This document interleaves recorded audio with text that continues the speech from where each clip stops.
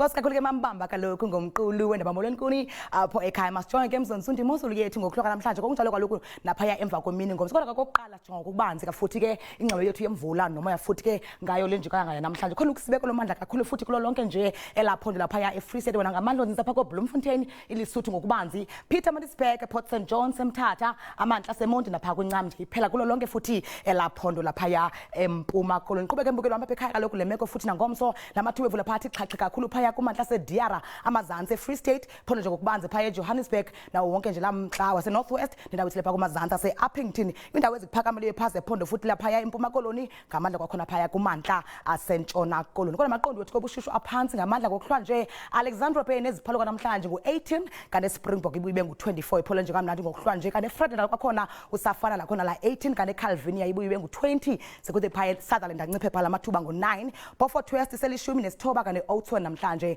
ku-17 efana nqwakhe phofu naphaya eGeorge kokunjalo naphaya eKapa ukuyawunyukela phaya ko-Worcester neziphaluka kanti kwimpuma yethu ke ilizwe njengapha kokomane ngo-19 Mthatha ibuye ngu-18 Port St Johns 22 Peter Matisburg lishumi nesixhenxe kanti Richards Bay ngokuhlwa nje ibuye ibe ngu-17 komtsemva kweni phako Mafikeng ngu-29 Kimberley kwakhona futhi isenguye la 29 chisempela kodwa phako Uppington ngaphaya nje kwamashumi amathathu enqatsini yelanga ngemva kwemini ke phofu phaya ngomso Alexandra Bay namhlanje nangomso futhi ngo-23 Springbok inqatsini ka-31 Fredendal 29 Kapa lodumo phaya enqwemeni ngomso emva kwemini ngo-27 kodwa kutshisa impela phaya eVostile ngo-35 ngomso kanti buseGeorge neziphaluka mhlanje kakhulu la 25 Oudtshoorn inqatsini ka-35 kanti phaya eBhayilambazo namhlanje nangomso kubuye ibe ngu-29 erhini kwakhona inqatsini ka-30 kokugqibela Kimberley 29 xesha lemyoli